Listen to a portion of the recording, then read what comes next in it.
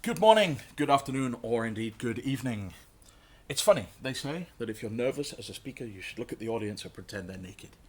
But do you know how hard it is when there is no audience at all? Thanks to Event Insight for inviting me to talk to you today. They've asked me to talk about the future of events. So I've called this Innovate or Die. The future of events starts right here. Let's go. Online events are awesome.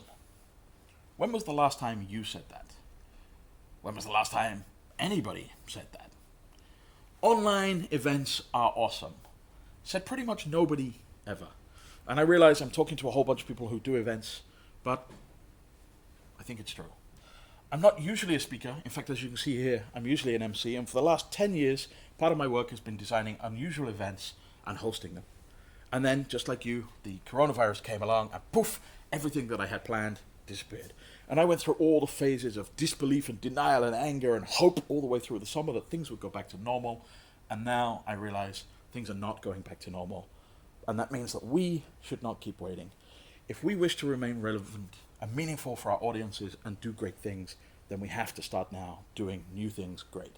And make no mistake, I believe we can do new and good and great things because we have the internet.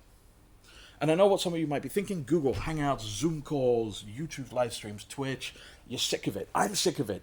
And they're not good because they were never designed really for events. They're tools, and we have to do so much better. In fact, we have to do better because our audiences are now starting to demand that from us. And you know what? I choose to see that as a positive thing. At least in my industry, the event space was completely saturated with all the events doing more or less exactly the same thing, competing for the same audiences, bigger, better, faster, more. And Corona has given me time to rethink our events, to make them more meaningful, and to start again from scratch. And maybe, just maybe, finding better business models too. And I think if we take the time to ask ourselves the right questions, instead of just digitally doing what we've always done, that's going to happen. Because digital, especially with companies like Event Insight making great software, helps us make great online experiences. I've been dreaming of fully immersive virtual reality headsets. The technology's not there yet. It'll come maybe 10 years from now. But in the meantime, we can still do good things.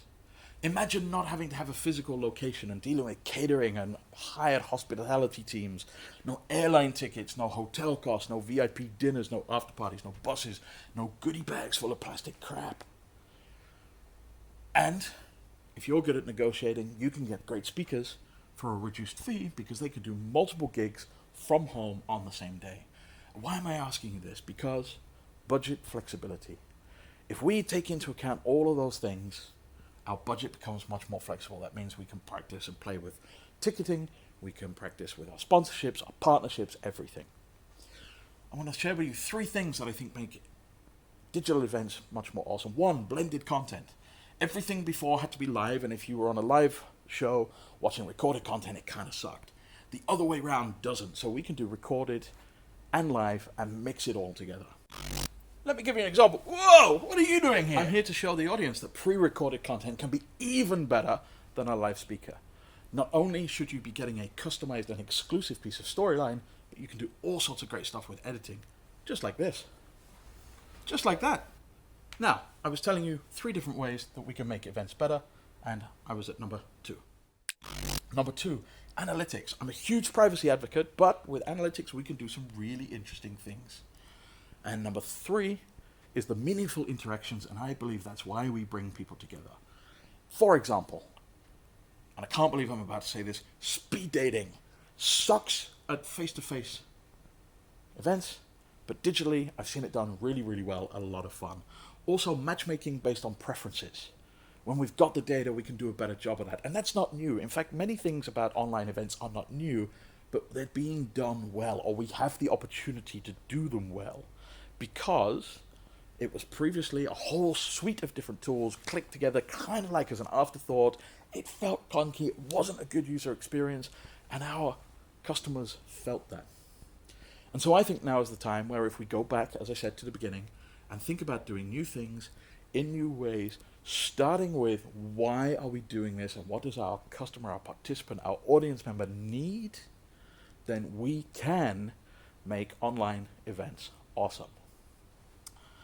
And it's a special day today. Event Insight, I've actually known them since they first started dealing with events, software for events, and I've got to say, they've come an awful long way.